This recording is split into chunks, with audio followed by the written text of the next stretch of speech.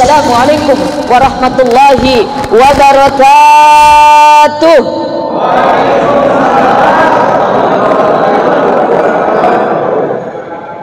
Ada Pak Sulam duduk di bawah tangga. Semoga yang tadi jawab salam bisa masuk surga. Amin, amin ya rabbal alamin. Alhamdulillah, alhamdulillahilladzi arsala rasulahu bil huda wad dinil haq liyudhhiru 'ala ad-dini kullih walau karihal musyrikun walau karihal kafirun walau karihal munafiqun basyiran wa nadhiran wa da'iyan ila Allah bi'izni wa sirajan munira. Allahumma salli ala sayyidina wa habibina wa syafi'ina wa maulana Muhammad wa ala alihi wa sahbihi wa man tabi'a bi ihsan ila yaumiddin, amma ba'd. Ibu-ibu, bapak-bapak, hadirin hadirat sidang jamaah Maulid Nabi besar Muhammad sallallahu alaihi wasallam, wabil khusus pengurus DKM Masjid Raya Baruga dan juga panitia yang qadarullah, alhamdulillah dengan izin Allah biiznillah, saya pribadi diperkenankan untuk bisa sama-sama sharing, sama-sama kita belajar dan mengkaji tentang Rasulullah, sama-sama kita lebih mengenal lebih dalam lagi sosok Rasulullah. Mudah-mudahan semakin kita mengenal kepada Rasulullah, mudah-mudahan akan semakin cinta kita kepadanya. Amin, amin ya rabbal alamin. Kenapa kita mesti cinta kepada Rasulullah? Karena jaminannya kata Rasulullah, man ahabbani, barang siapa yang cinta kepadaku, kana ma'i fil jannah, maka dia akan bersama di surganya Allah. Mudah-mudahan kita akan bersama-sama dengan Rasulullah, walaupun kita berbeda level, berbeda tingkatan, minimal kita satu kompleks dengan Rasulullah, yaitu di surganya Allah subhanahu wa ta'ala. Amin, amin ya rabbal alamin. Bapak Ibu hadirin hadirat sidang jamaah Maulid Nabi besar Muhammad sallallahu alaihi wasallam. Tadi kalau kata Bapak Ketua DKM dari Pindrang, katanya ada jamaah yang rindu dengan bahasa Bugis. Kalau saya suruh ceramah bahasa Bugis, Pak Ketua angkat tangan. Karena memang Tania Ugi, Lake Puji Ugi. Suami saya yang Sulawesi, orang Pindrang. Kalau saya aslinya orang Bogor, Jawa Barat. Mudah-mudahan tidak menyesal mengundang saya ini. Tapi mohon maaf, jadi kalau ceramah suruh bahasa Ugi, depa macani bicara Ugi. Tapi nariko cek de, macai cek de. Jadi mungkin ada sedikit, tapi saya yakin juga di sini mungkin tidak Bugis semua. Ada orang yang bukan Bugis? Ada orang Jawa di sini? Oh ada. Masya Allah banyak. Jadi ya kita dengan bahasa yang secara umum saja, dengan bahasa Indonesia. Walaupun nanti angkat cek de, angkat cek de. Bapak Ibu hadirin hadirat sidang jamaah peringatan Maulid Nabi besar Muhammad sallallahu alaihi wasallam, semenjak manusia yang pertama diciptakan oleh Allah. Mohon maaf, manusia pertama siapa namanya? Nabi Adam alaihi salam. Ketika Nabi Adam pun diciptakan oleh Allah subhanahu wa ta'ala, ini Rasulullah sudah dikenalkan oleh Allah subhanahu wa ta'ala. Bahkan di dalam satu riwayat, ketika Nabi Adam tinggal sendirian di surga, lalu Allah pun menyiapkan sosok pendamping Nabi Adam alaihissalam, yaitu Siti Hawa. Lalu mereka dinikahkan oleh Allah. Menurut satu riwayat, maharnya itu adalah berselawat kepada Rasulullah Nabi besar Muhammad sallallahu alaihi wasallam. Ketika melanggar perintah Allah, Nabi Adam sadar, lalu Nabi Adam pun memohon ampun kepada Allah. Seraya apa? Astaghfirullah bitawassul Muhammad. Kata Nabi Adam, saya beristighfar, meminta ampun kepada Allah dengan bertawassul menyebut nama Muhammad Rasulullah. Lalu Allah bertanya kepada Nabi Adam, "Dan kamu bertawassul meminta ampun dariku dengan menyebut nama Muhammad, emang kamu kenal Muhammad?" Kata Nabi Adam, "Saya tidak kenal Allah Muhammad." Lalu kenapa engkau mohon maaf bertawassul kepada Muhammad yang mohon maaf notabene kamu tidak kenal dia? Apa jawaban Nabi Adam alaihissalam? Ya Allah, ketika engkau ciptakan saya, wa nafahtah ruhi, lalu engkau hembuskan ruh ke dalam jasad saya, Farafa'tu ra'si, lalu aku angkat kepalaku ketika aku melihat, mohon maaf, di bawah arsy-Mu ya Allah, aku melihat tulisan La ilaha illallah Muhammadur Rasulullah. Saya tidak kenal sosok Muhammad, saya tidak tahu apa itu Muhammad, saya tidak mengenal seperti apa itu Muhammad, tapi saya yakin di dalam hati saya, nama yang berdampingan dengan nama-Mu ya Allah pastilah sesuatu yang sangat mulia dan tinggi derajatnya. Maka saya bertawassul kepadamu dengan menyebut nama Muhammad Rasulullah. Masya Allah. Ini belum diciptakan, tapi apa? Nabi Adam sudah mengenal, walaupun secara gamblangnya tidak tahu sosok Nabi Muhammad sallallahu alaihi wasallam. Pak, Ibu, mohon maaf saya tanya, Ka'bah siapa yang bikin? Kira-kira Ka'bah siapa yang buat? Ada yang tahu? Nabi Ibrahim. Lalu siapa ada lagi yang jawabannya? Ka'bah siapa yang buat? Nabi Adam. Siapa lagi? Masya Allah. Ka'bah itu yang buat adalah Allah Subhanahu wa ta'ala. Karena di situ apa? Dikatakan wudi'a. Allah ciptakan Ka'bah linnas, untuk manusia. Nah, ketika zamannya Nabi Nuh terjadi banjir bah, sehingga apa? Mohon maaf, menghapus permukaannya Ka'bah, sisa pondasinya saja. Maka pada zaman Nabi Ibrahim, Allah perintahkan Ibrahim, kamu renovasi Ka'bah, Baitullah, kamu renovasi. Sehingga Nabi Ibrahim alaihissalam merenovasi Ka'bah. Selesai merenovasi, lalu beliau berdiri di samping Ka'bah yang kita kenal dengan makam Ibrahim. Nabi Ismail yang kita kenal sekarang di Hijr Ismail, di situ Nabi Ibrahim berdoa, Bismillahirrahmanirrahim, surat Al-Baqarah 129. Rabbana wab'as fihim rasulam minhum. Ya Allah, tolong berikanlah kami, anugerahkan kami, utuslah rasulan, seorang utusan, seorang rasul di sekitar Ka'bah ini, minhum, dari kaum yang ada di sekitar Ka'bah ini, yaitu Makkatul Mukarramah, Quraisy Mekah. Yatlu alaihim ayatika, yang mana nanti Rasul akan membaca segala tanda-tanda kebesaranmu, wa yu'allimuhumul kitaba wal hikmah, dan mengajarkan kepada mereka tentang kitab dan hikmah, wa yuzakkihim, dan membersihkan hati-hati dan jiwa-jiwa mereka. Dalam sejarah peradaban Nabi dan Rasul, satu-satunya Nabi dan Rasul yang dilahirkan di Makkatul Mukarramah hanya Nabi Muhammad sallallahu alaihi wasallam. Jadi kelahirannya sudah diharapkan oleh Nabi Ibrahim. Padahal jarak antara Nabi Ibrahim dengan Nabi Muhammad itu ada 30 generasi. Yang mana satu generasinya bisa, mohon maaf, ratusan tahun. Ini 30 generasi, mohon maaf, jarak antara Nabi Ibrahim dan Nabi Muhammad. Setelah 30 generasi, barulah doanya Nabi Ibrahim dikabulkan. Lahirlah sosok Nabi dan Rasul dari orang-orang Quraisy Mekah yang lahir di Makkatul Mukarramah bertepatan tanggal 12 Rabiul Awal, hari Senin, tahun gajah, di tengah malam. Sosok manusia yang paling mulia dilahirkan ke dunia ini melalui perantara seorang ibu yang suci, yaitu Siti Aminah dan ayanda Abdullah bin Abdul Muttalib. Kelahirannya sudah diharapkan. Yang lebih dekat lagi dengan Nabi Muhammad sallallahu alaihi wasallam, Nabi Isa alaihi salam.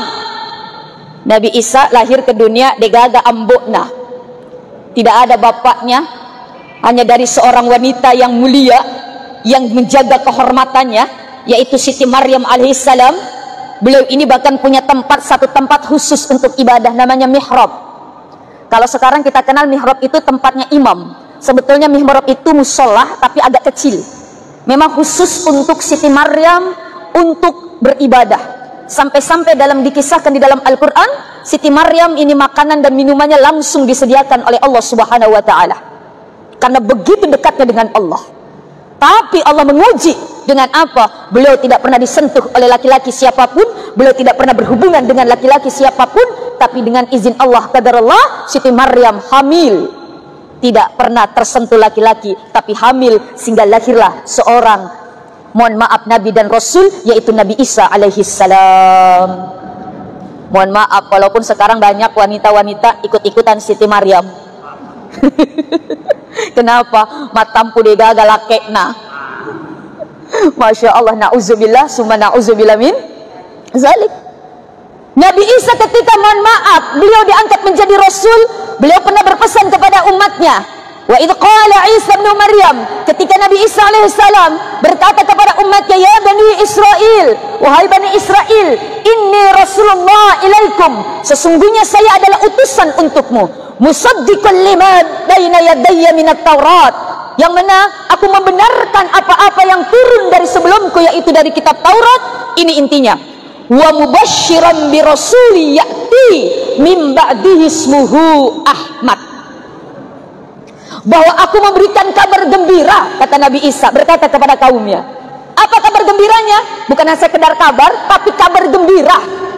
Jadi di dalam Al-Quran itu ada yang namanya kabar gembira, ada yang namanya kabar buruk.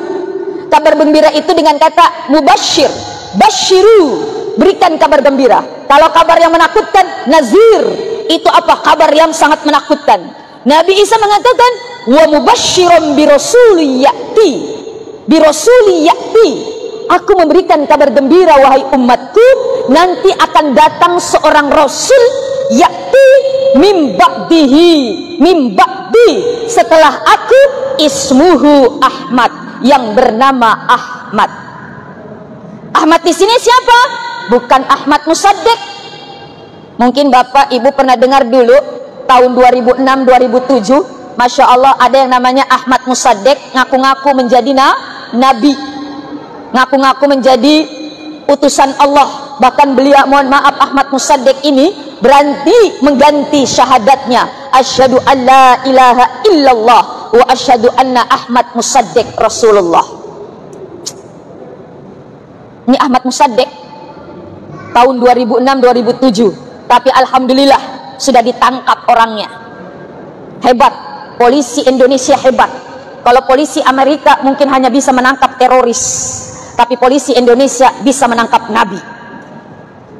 Nabi palsu, Masya Allah. Ini Ahmad. Kenapa? Karena di Al-Quran di situ disebut namanya Ahmad. Jadi apa? Kehadirannya Rasulullah Sallallahu Alaihi Wasallam memang sudah diberitahu oleh Allah, memang sudah diinformasikan dan sudah diketahui oleh Nabi dan Rasul sebelum beliau dilahirkan ke dunia ini. Bapak Ibu hadirin hadirat, sidang jamaah peringatan Maulid Nabi besar Muhammad Sallallahu Alaihi Wasallam. Kalau berbicara peringatan Maulid di Sulawesi, memang identik dengan ini. Walaupun sekarang cuma ada berapa ember ini? 4 ember. Tapi kalau di daerah-daerah, Masya Allah, saya kemarin ini termasuk safari maulid, saya biasa mengistilahkan SDM, safari dakwah maulid, ini yang ke-8 atau ke-9 di Masjid Raya Baruga. Kemarin saya di Wajo, berapa hari di Wajo? 4 hari, di Sengkang, di perbatasan Bone dan Wajo. Itu kalau di kampung-kampung, mohon maaf, kalau di daerah-daerah, Masya Allah, telok megalakda, burak megalakda, panteng megalakda, bahkan lebih banyak teloknya daripada jamaahnya. Sampai-sampai itu telok, Masya Allah, digantung di sekitar masjid. Saya pernah, mohon maaf, datang ke daerah Siwa, Wajo, di daerah situ, daerah Empang. Saya masuk ke masjid, kaget. Loh, kenapa banyak ikan terbang? Kenapa? Karena yang ditancap di burak tania telok, tapi balai bolu ditancap di burak, Masya Allah. Lain lagi di Maros, bukan telok yang ditancap, apa, roti Maros yang ditancap. Jadi sesuai dengan kondisi, mohon maaf, adat budaya dan ciri khas. Nah, tapi itu adalah, mohon maaf, sebagai aksesoris. Yang diharapkan adalah apa? Sesuai dengan harapan orang Sulawesi. Karena tadi saya katakan, saya bukan orang Sulawesi. Jadi pertama saya datang ke Sulawesi, lalu mengisi ceramah maulid, saya kaget. Loh, kenapa ini ada telok, ada soko, ada burak? Karena di Bogor, di kampung saya tidak ada seperti itu. Tapi saya dalam hati, pasti ada filosofinya orang dulu seperti ini. Masya Allah, ternyata setelah saya cari tahu filosofi atau tujuan orang-orang dulu, kenapa di sini peringatan maulid di Sulawesi ada telok, ada soko, ada burak, ternyata filosofinya luar biasa. Apa? Yang pertama, mereka kenapa pakai telok lalu ditancap di bura? Mereka berharap setelah peringatan Maulid, mohon maaf, kita bulatkan tekad kita seperti bulatnya telok. Untuk apa? Kalau di daerah itu ada sokok yang dibungkus dengan daun, namanya lisu kalau tidak salah. Lisu, apa artinya lisu? Kembali, pulang. Bulatkan tekad kita seperti bulatnya telur untuk kembali kepada ajaran Islam yang sebenarnya. Setelah bulat tekadnya, lalu tancapkan dalam hati dengan kuat seperti kita tancapkan telur di bura. Dan bura ini adalah simbol hablum minallah, hubungan vertikal kita dengan Allah. Ini filosofinya orang dulu. Jadi bukan hanya sekedar duduk, datang, dengar peringatan Maulid, bulatkan tekad kita. Ayo kembali kepada ajaran Islam yang sebenarnya. Tauhid kita bersihkan, akidah kita selamatkan dari segala aliran-aliran yang bahkan mungkin bisa menjauhkan kita dengan ajaran yang diinginkan oleh Allah dan Rasulnya. Mohon maaf Bapak Ibu, karena zaman sekarang dengan tergerusnya ilmu teknologi, semakin pintarnya orang-orang, pintar tanpa diimbangi dengan iman, kepintarannya bahkan menjerumuskan dia ke dalam lembah kesesatan. Saya pernah ceramah di daerah Polewali, Mandar, Sulawesi Barat. Saya selesai ceramah, mohon maaf, datang panitia, Ustazah, di sini ada aliran. Aliran apa? Islam Ustazah. Tuhannya Allah, nabinya Nabi Muhammad, kitabnya Al-Quran. Terus? Tapi lucu Ustazah. Lucunya bagaimana? Mereka sembahyangnya, musung pajangnya, mohon maaf, telanjang. Apa bahasa sininya kalau telanjang? Hah? Malojo-lojo. Oh, malojo-lojo. Ada juga malusu-lusul. Ada juga malosoloso. Apa losoloso? Mohon maaf, telanjang. Saya kaget. Kenapa bisa begitu? Apa alasan mereka? Alasan mereka katanya, mohon maaf, kita kan lahir ke dunia ini dalam keadaan telanjang. Betul toh? Ada yang lahir sudah pakai pakaian? Tidak ada. Terus, jadi ketika menghadap Tuhan, sembahyang itu kan sedang menghadap Tuhan katanya. Sedang kita berdialog dengan Tuhan. Maka ketika kita sedang menghadap Tuhan, kita harus dalam keadaan seperti kita dilahirkan ke dunia ini. Tidak ada yang ikut urusan dunia. Pakaian menurut mereka dunia, songkota dunia, sarung tak dunia, batik tak dunia, kerudung tak dunia, kata mereka. Jadi ya kita sembahyang menghadap Tuhan dalam keadaan benar-benar tidak ada yang ikut urusan dunia. Saya penasaran, saya tanya, kira-kira ada nggak sholat berjamaah? Bayangkan, sholat telanjang, melojo-lojo, mabere jama, berjamaah.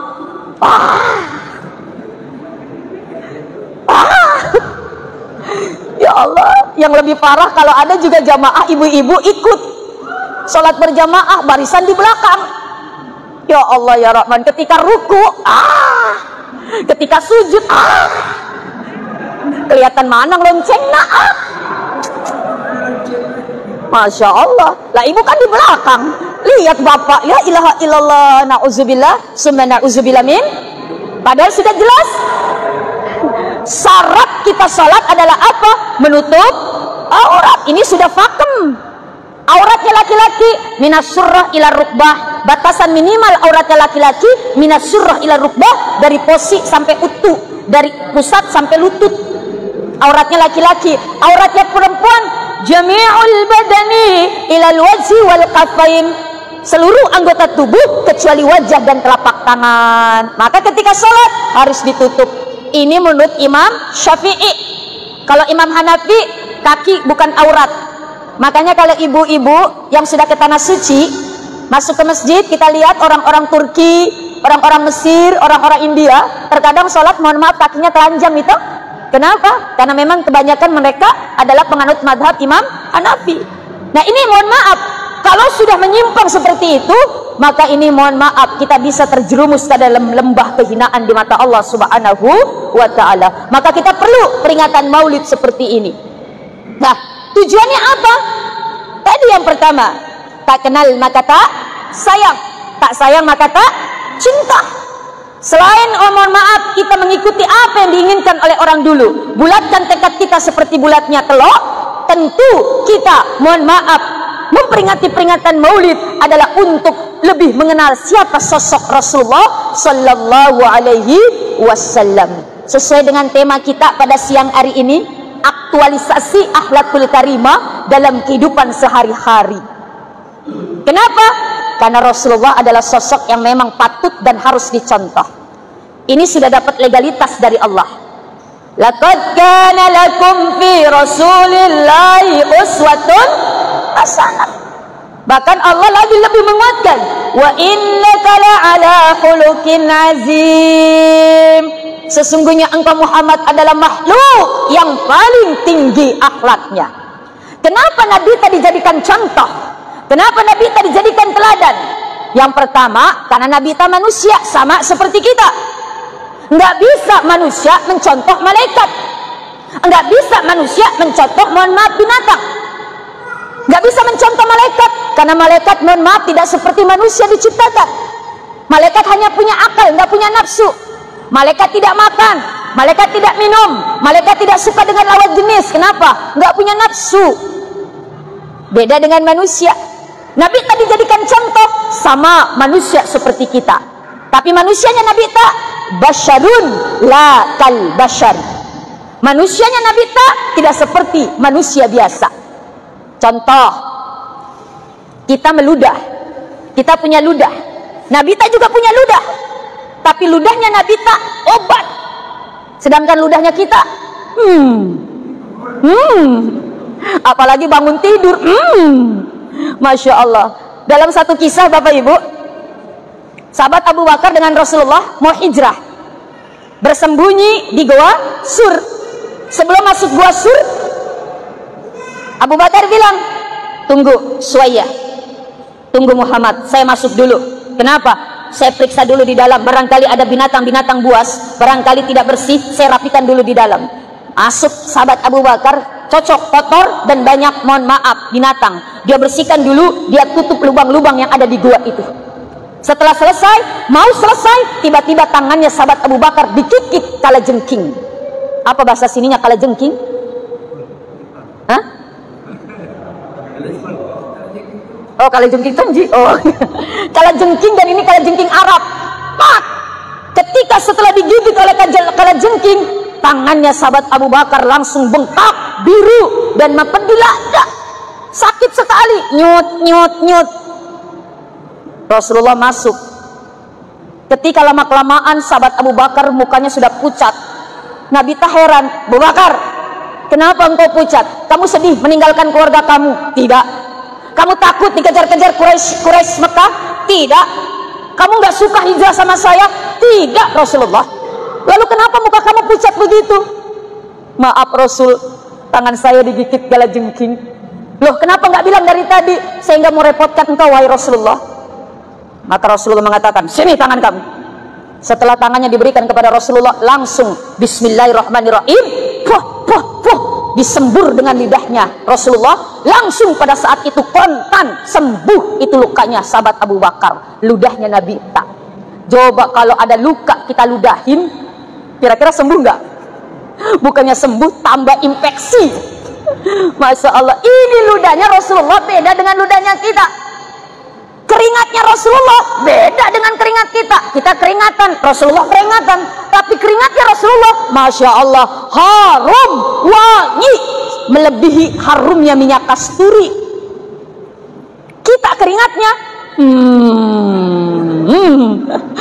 sampai ibu-ibu begini, katanya. Masya Allah, sampai-sampai ibu, bu, dengerin.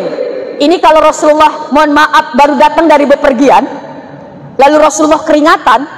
Ini Aisyah, Humairah, mohon maaf, rajin sekali. Mohon maaf, dia lapin itu keringatnya Rasulullah, lalu dia cium-cium karena suka dengan wanginya keringatnya Rasulullah. Dia cium-cium itu Nabi kita dalam keringatan yang begitu. Semakin dia berkeringatan Rasulullah, semakin senang Aisyah. Coba ibu tiru apa yang sudah dicontohkan Aisyah. Jadi kalau suami kita pulang dari bepergian keringatan, ibu cium-cium ibu, senang sekali dia lakiku keringatan, Masya Allah. Bukannya wangi tapi apa, mantap, Masya Allah ya Rahman ya Karim. Ini Bahkan di dalam satu riwayat, kalau lalat nemplok singgah di kulitnya Rasulullah yang keringatan, ini lalat turun saking licinnya, mengandung minyak kasturi. Kalau kita lalat nemplok di kulit kita yang penuh keringatan, betah itu lalat. Kenapa? Karena bau keringatnya. Masya Allah. Ini sosok Rasulullah Sallallahu Alaihi Wasallam. Di dalam Al-Quran surat Al-Kahfi ayat 10 ayat 110, Bismillahirrahmanirrahim. Qul innama ana basyarun mislukum yuha ilayya annama ilahukum ilahu wahid. Katakan Muhammad bahwa sesungguhnya saya Muhammad ini manusia, basyarun mislukum, sama seperti manusia biasa. Cuman bedanya innama ana, mohon maaf, qul innama ana basyarukum mislukum yuha ilayya. Aku diberikan wahyu oleh Allah Subhanahu wa ta'ala. Yang mana wahyu ini harus disebarkan, harus diinformasikan kepada umatnya, yaitu kita semua, umatnya Nabi Muhammad sallallahu alaihi wasallam. Manusia, beliau adalah sosok yang paripurna. Beliau pemimpin pemerintah, beliau pemimpin tentara, beliau pemimpin keluarga, beliau seorang muballigh, beliau seorang pendidik, beliau seorang bisnismen. Bahkan di dalam satu riwayat dari umur 12 tahun beliau, mohon maaf, berdagang bukan hanya antar daerah, beliau sampai lintas negara, pergi ke negeri Syam dari umur 12 tahun. Seorang bisnismen, seorang pengusaha. Jadi multi talenta. Siapapun sosok umatnya, siapapun dia, profesi apapun dia, bisa mencontoh sosok Rasulullah Sallallahu Alaihi Wasallam. Nggak bisa kita mencontoh, mohon maaf, Nabi Isa alaihi salam. Kenapa? Karena Nabi Isa tidak pernah menikah, belum sempat menikah. Jadi Nabi Isa itu jomblo fisabilillah. Ada di sini jomblo fisabilillah? Ada? Ada yang masih jomblo fisabilillah? Atau ada duda di sini? Ada duda? Oh, banyak. Coba angkat tangan duda. Banyak duda. Yang sebelah kiri ada janda? Ada janda sebelah kiri? Banyak. Masya Allah ya Rahman ya Karim. Nabi Isa belum sempat menikah. Makanya sekarang umatnya, pengikutnya pun ikut-ikutan tidak mau menikah. Pastor itu kan tidak menikah. Pastor ini tidak boleh menikah. Ikut-ikuti Nabi Isa alaihi salam. Makanya ada satu kisah, ada satu cerita. Ada bapak kiai, satu pesawat dengan pastor. Di dalam pesawat, mohon maaf, pramugari nawarin sama pak kiai sama pastor daging babi. Kata pramugari, Pak, mau daging Pak? Apa ini daging apa? Daging babi. Pastor diambil ini karena menurut mereka halal. Pak Kiai, oh maaf, saya tidak bisa makan daging babi. Kenapa Pak Kiai? Dalam agama saya tidak boleh. Apa jawaban pastor? Ah, Pak Kiai tidak tahu yang namanya barang enak. Tidak lama kemudian, mohon maaf, turun dari pesawat. Pak Kiai dengan pastor ini turun sama-sama. Pak Kiai dijemput sama istrinya, sedangkan pastor karena tidak menikah tidak dijemput sama istrinya. Lalu ditanya, Pak Kiai, itu siapa yang jemput? Istri saya. Pastor tidak ada yang jemput istrinya. Oh maaf, dalam agama saya nggak boleh pastor menikah, haram kita menikah. Apa jawaban Pak Kiai? Ah, pastor tidak tahu barang enak.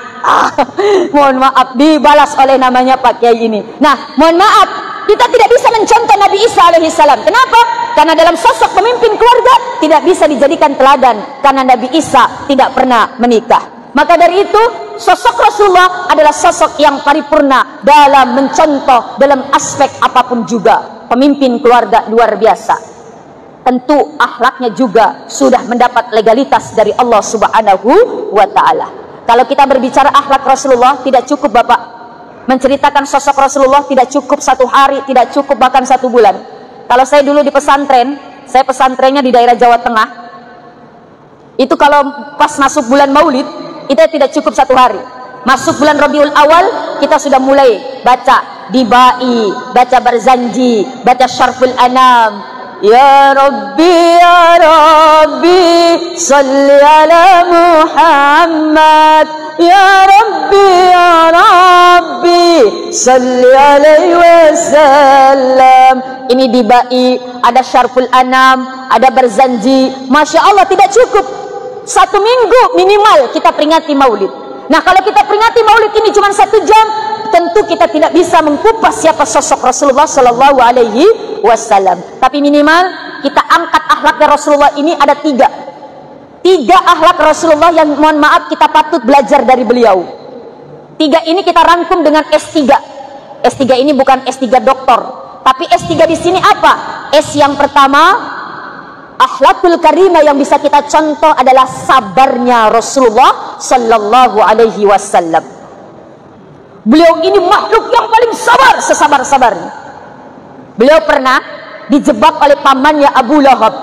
Abu Lahab ini nama aslinya Abul Uzza. Dia panggil asistennya, panggil Muhammad ke rumah saya, katakan pada keponakan saya bahwa pamannya Abu Lahab, Abu Uzza sedang sakit. Suruh tengok dia. Akhirnya apa? Asistennya Abu Lahab datang kepada Rasulullah. Muhammad, paman Anda sedang sakit. Anda dipanggil. Tolong tengok dia. Tolong jenguk dia. Baik. Padahal apa? Ini Abul Uzza, Abu Lahab sedang menyusun satu strategi untuk mencelakakan Rasulullah. Dia buat lubang dekat tempat tidurnya. Setelah dibuat lubang, ditutup dengan daun kurma sehingga tidak kelihatan. Dengan harapan nanti ketika Nabi Muhammad menjenguk dia, Nabi Muhammad masuk ke lubang itu. Saking jahatnya ini pamannya. Lalu Nabi tak tergesa-gesa datang kepada pamannya. Ternyata belum sampai, tinggal beberapa langkah lagi ke lubang tersebut, Rasulullah mendapatkan informasi dari malaikat Jibril alaihissalam. Muhammad, berhenti kamu. Jangan kau teruskan. Kenapa? Karena di situ ada lubang yang akan menjebak kamu. Sehingga apa? Nabi tidak jadi, mohon maaf, untuk melanjutkan perjalanannya. Nabi Muhammad pulang lagi. Ternyata ketika Nabi Muhammad pulang lagi, Abul Uzza, Abu Lahab ini pun mohon maaf tergesa-gesa memanggil, Muhammad sini, Muhammad sini. Ternyata Abu Lahab jatuh di lubang yang dibuat sendiri. Masya Allah. Makanya ada istilah Bapak, Pak, man hafara hufratan waqa'a fiha. Barang siapa yang menggali lubang, maka dia akan jatuh ke lubang tersebut. Maka Bapak jangan suka mencelakakan orang. Nanti akibatnya kita pun akan dicelakai oleh orang. Jamaah, Ibu, fokusnya ke situ ya, nggak fokus ke saya ya. Masya Allah ya Rahman ya Karim. Padahal di situ juga ada gambar saya. Mohon maaf, bagusan mana yang asli sama gambar Bapak Ibu? Gambar katanya. Karena diedit, Masya Allah ya Rahman ya Karim. Ini sabarnya Rasulullah SAW. Makanya orang-orang yang sabar Bapak Ibu, Allah mengatakan, wabashiris sabirin. Berikan kabar gembira kepada orang-orang yang sabar. Apa kabar gembiranya? Siapa orang yang sabar? Ulaika alaihim salawatun min rabbihim wa rahmah. Orang-orang yang sabar itu adalah orang-orang yang ketika diberikan musibah. Mohon maaf, berbicara musibah bukan hanya kematian. Apapun bentuk yang kita rasakan tidak menyenangkan, itu adalah musibah. Makanya kalimat inna lillahi wa inna ilaihi raji'un bukan hanya untuk orang meninggal saja. Terkadang kita salah kaprah, ucapkan inna lillahi kada orang meninggal saja. Padahal apa? Setiap kecelakaan, setiap musibah itu adalah satu musibah. Yang tidak menyenangkan itu musibah. Maka kata Allah, qalu inna lillahi wa inna ilaihi raji'un. Ada musibah, ucapkan inna lillahi wa inna ilaihi raji'un. Ada kecelakaan, nggak mesti yang celaka mati atau tidak. Inna lillahi wa inna ilaihi raji'un. Ada kebakaran, inna lillahi wa inna ilaihi raji'un. Ada yang kecurian, inna lillahi wa inna ilaihi raji'un. Ada suaminya diambil orang, inna lillahi wa inna ilaihi raji'un. Suaminya nikah lagi, inna lillahi wa inna ilaihi raji'un. Saya tanya, Bu,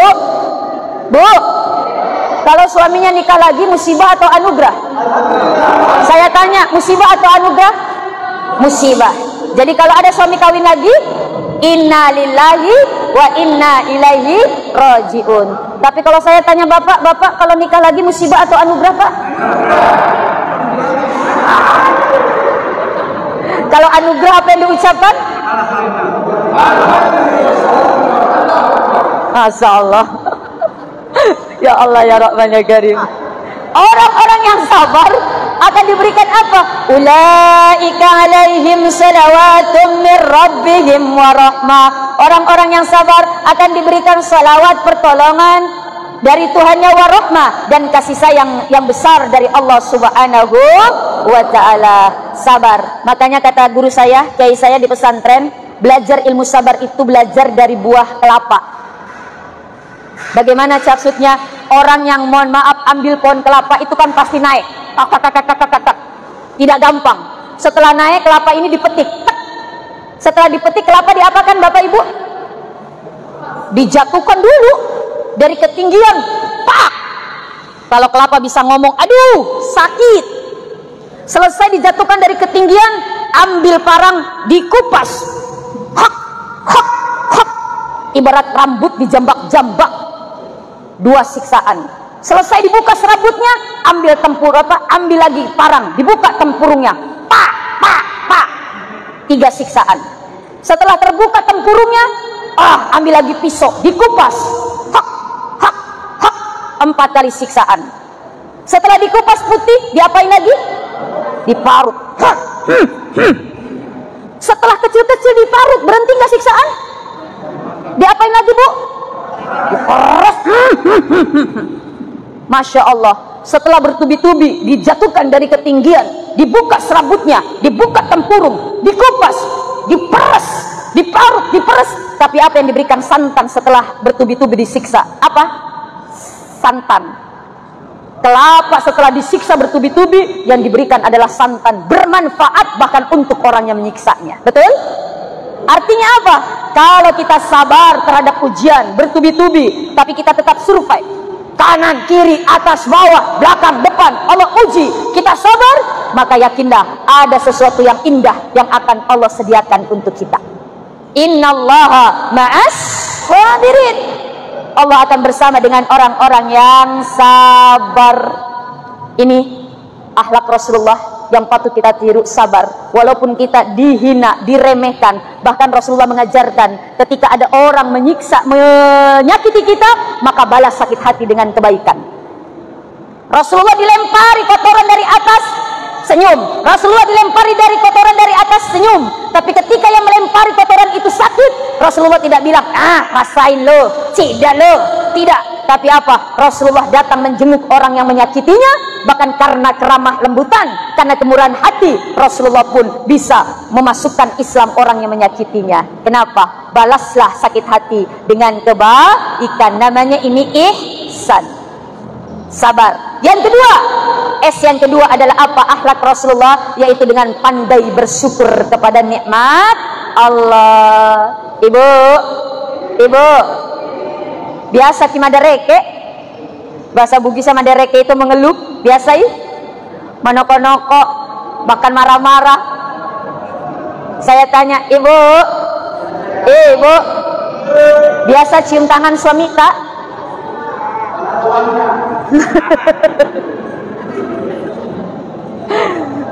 Biasa cium tangan suami tak, Bu? Biasa. Berapa kali 1 tahun? 2 kali. Karena ada suami yang mohon maaf yang dicium tangan sama istrinya cuma 2 kali 1 tahun. Idul Fitri sama Idul Adha, itu pun hanya acting. Kenapa? Mau posting di media sosial. Hai guys, saya mau sungkem sama suami guys. Cium tangannya, Bu, sebagai bentuk rasa syukur kepada nikmat Allah. Khususnya ketika suami kasih uang belanja, kasih uang nafkah, ini uang belanjanya, jangan hanya ambil uangnya saja, tapi tarik tangannya, lalu baca doa, alhamdulillah fi kulli ma razaqtana. Hafal Ibu? Alhamdulillah fi kulli ma razaqtana. Sekali lagi biar hafal. Alhamdulillah fi kulli ma razaqtana. Lalu cium tangan suami tak. Muah. Masya Allah. Kasih bunyi. Muah. Maka apa yang didapat? Pertama, rizki yang diberikan suami akan barakah, akan berkah. Apa itu berkah? Ziyadatul khair was sa'adah. Bertambahnya kebaikan dan kebahagiaan, itu tanda keberkahan. Berapapun kebutuhan dalam rumah tangga, maka insya Allah akan tercukupi karena keberkahan rizki kita.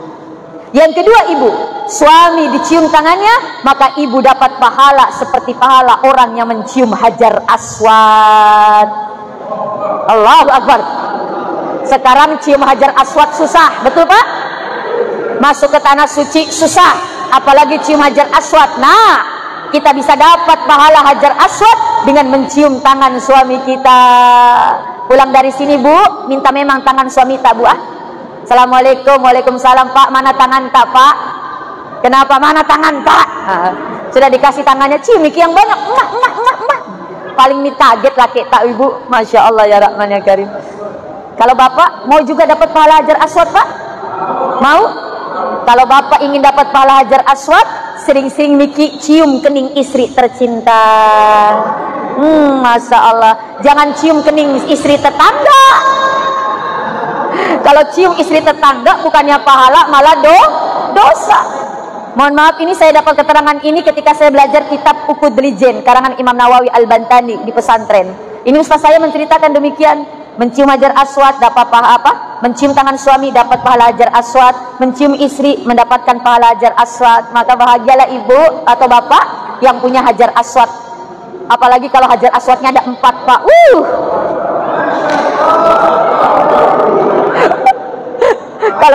Kalau cuma 1 sedikit sih, tapi kalau 4 hajar aswadnya Masya Allah ya Rahman ya Karim. Rasulullah SAW sosok yang sangat amat membantu. Kenapa? Karena Islam tidak mendiskriminasikan wanita.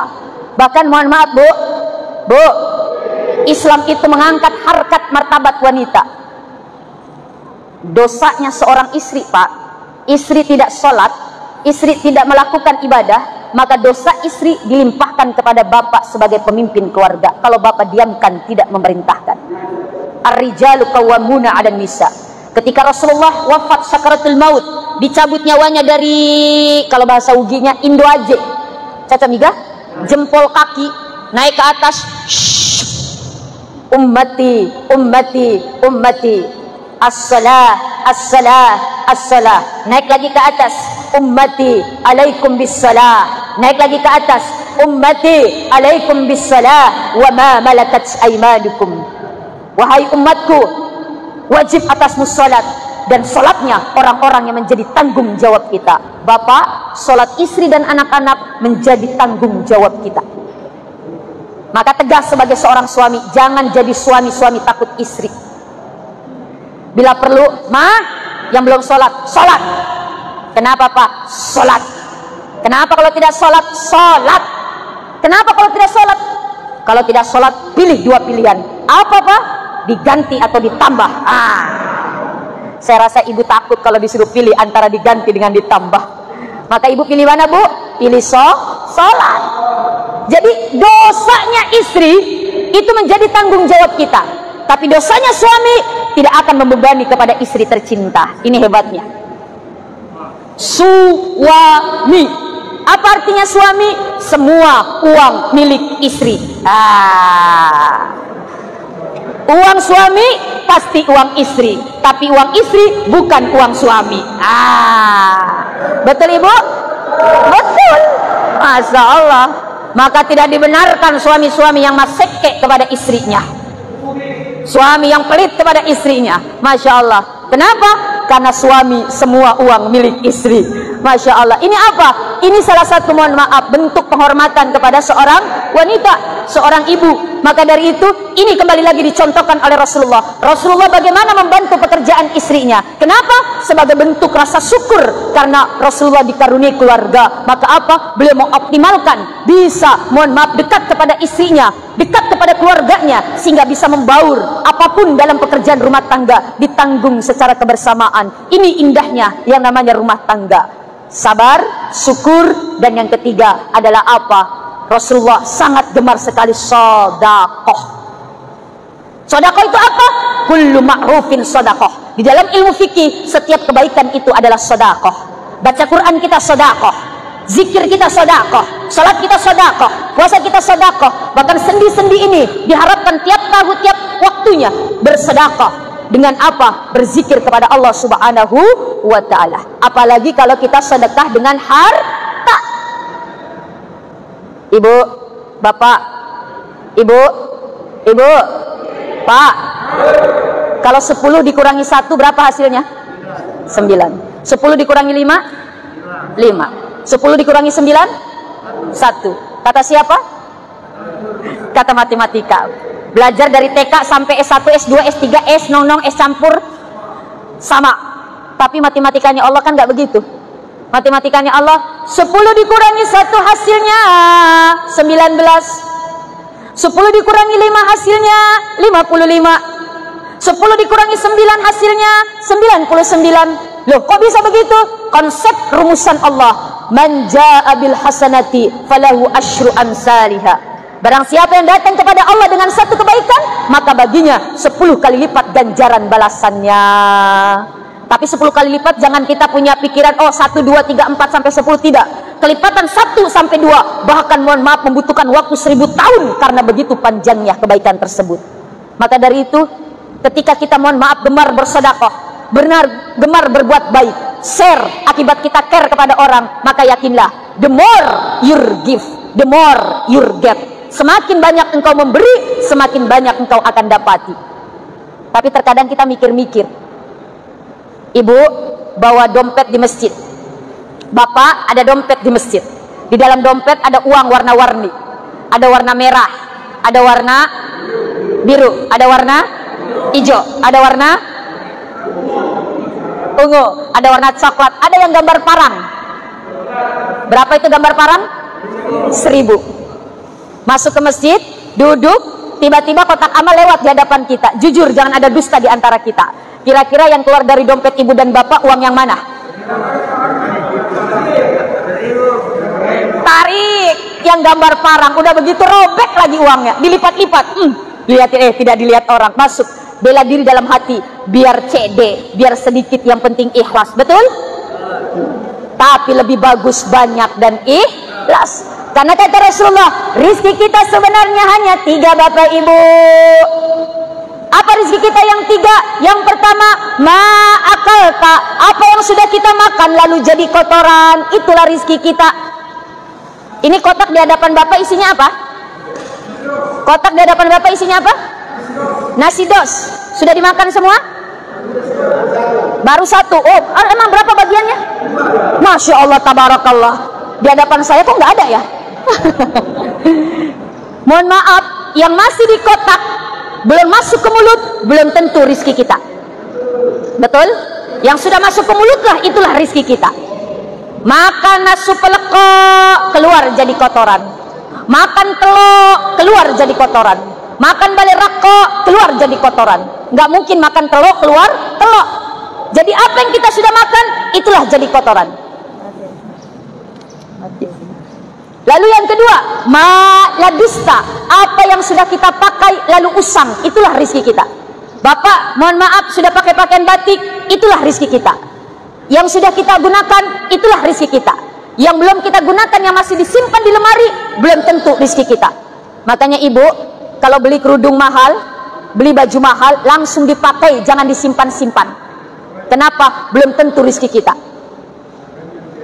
Ada ibu ditanya, Bu, kenapa kerudung tak tidak dipakai? Nanti lebaran baru dipakai. Ya Allah, ternyata belum sampai lebaran. Innalillahi wa inna ilaihi rajiun. Jadi rizkinya siapa? Rizkinya keluarga tak. Bisa jadi rizkinya bemor laki tak, istri mudanya suami tak. Mau menikah lagi suami tak, sibuk cari mahar. Apa ya mas kawinnya?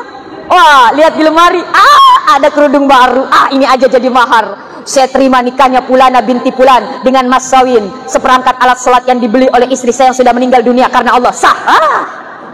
Masya Allah. Ada bapak beli mobil baru, nggak dipakai-pakai mobilnya. Masya Allah ya Rahman ya Karim. Alasannya nanti lecet, nanti rusak, nanti lecet, nanti kotor. Masya Allah, belum sempat dipakai meninggal dunia. Kira-kira mobil barunya rizkinya dia bukan?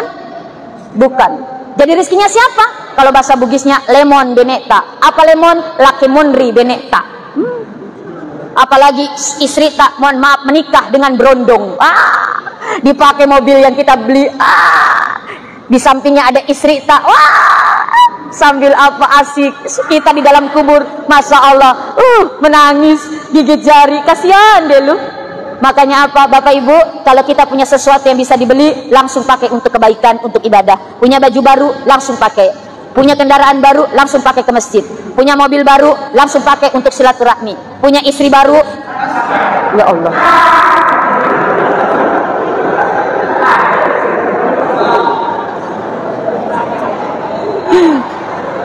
Dan yang terakhir, rezeki kita yang sebenarnya masodakta, apa yang sudah kita sedekahkan, itulah rezeki kita sebenarnya. Maka perbanyaklah kita bersedekah kepada Allah Subhanahu wa Ta'ala sebagai bentuk kita meniru contoh Rasulullah, bagaimana Rasulullah begitu share, begitu care kepada sesama manusia, sehingga beliau menjadi teladan untuk kita semua. Mudah-mudahan kita bisa mencontoh Rasulullah.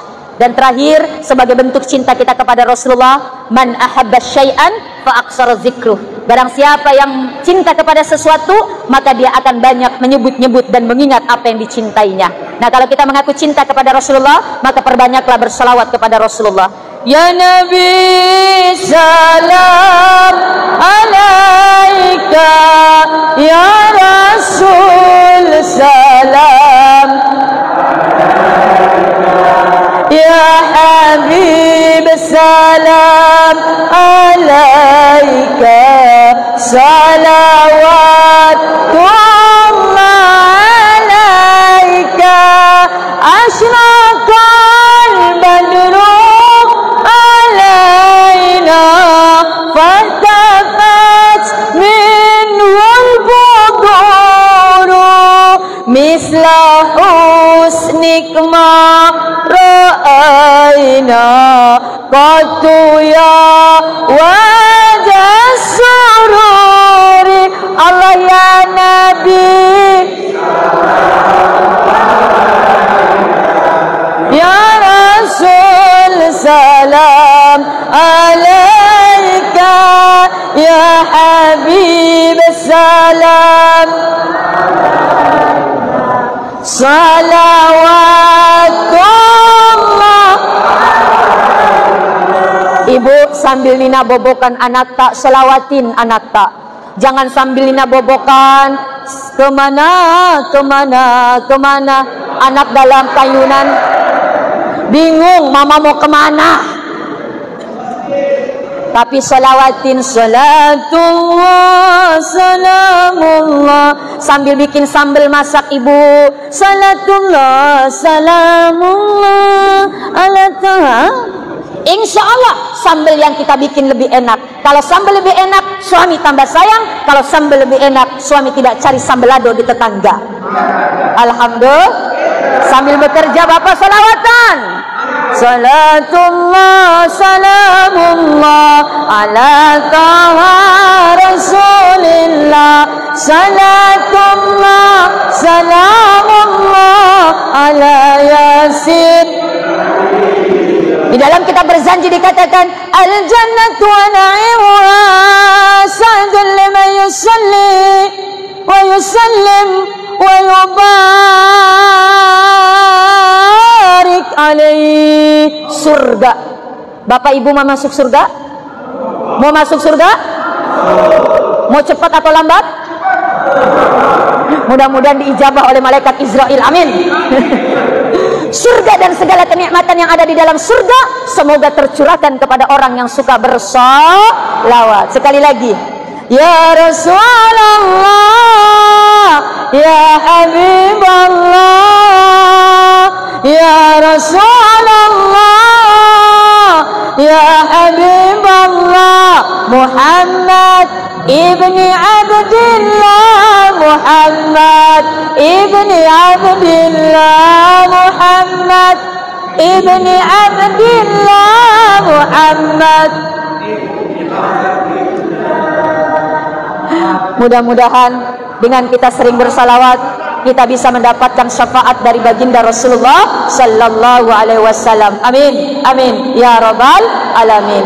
Satu-satunya ibadah Bapak Ibu, satu-satunya ibadah yang langsung Allah sendiri mempraktekkan berselawat. Betul? Satu-satunya ibadah yang tidak diterimanya. Kalau sholat belum tentu diterima oleh Allah. Kalau sholatnya asal-asalan, tidak ikhlas karena Allah, Allahu Akbar, Bismillahirrahmanirrahim, Allahu Akbar, belum tentu diterima. Puasa belum tentu diterima, tapi bersalawat sudah pasti diterima oleh Allah Subhanahu wa taala. Maka apa? Perbanyak kita bersalawat. Sallallahu ala Muhammad, sallallahu alaihi wasallam, sallallahu ala Muhammad, sallallahu alaihi wasallam. Seharusnya yang muda-muda malu sama bapak itu. Oh, dia yang dikasih mic. Mudah-mudahan nanti kita teruskan bersalawat. Dengan bersalawat mudah-mudahan akan tambah rasa cinta kita kepada Rasulullah sallallahu alaihi wasallam. Demikian Bapak Ibu yang bisa saya sampaikan. Mohon maaf dengan segala kekurangan. Kalau ada yang kurang berkenan Bapak Ibu, ada yang tersinggung Bapak Ibu, mohon maaf. Inilah keterbatasan saya, kelemahan saya. Yang kurang berkenan dari cara penyampaian saya atau dari apa yang saya sampaikan, mohon maaf kalau ada yang kurang berkenan. Saya tidak bisa memaksimalkan dan membuat Bapak dan Ibu mungkin merasa puas sekali, tapi inilah yang bisa saya sampaikan. Kalau ada jarum yang patah, jangan simpan di dalam lemari. Kalau ada kata-kata yang salah, jangan simpan di dalam hati. Kalau ada sumur di ladang, boleh kita menumpang mandi. Kalau ada acara mendatang, boleh kita berjumpa lagi, insya Allah. Demikian, wabillahi taufiq wal hidayah. Fa idza faragta fansab wa ila rabbika farghab. Wassalamualaikum warahmatullahi wabarakatuh.